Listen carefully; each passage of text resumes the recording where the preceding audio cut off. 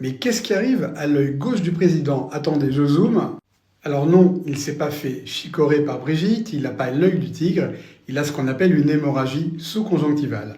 C'est un petit vaisseau qui a pété à la surface de l'œil et qui a libéré le sang. Et comme l'œil c'est blanc, et bien du rouge sur le blanc, ça se voit comme le nez au milieu du visage.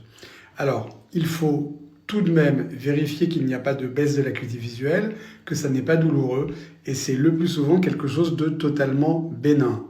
On peut revoir ça en cas de traumatisme ou si on se masse un petit peu trop vigoureusement l'œil. On peut voir ça aussi lors d'efforts de poussée ou de poussée tensionnelle.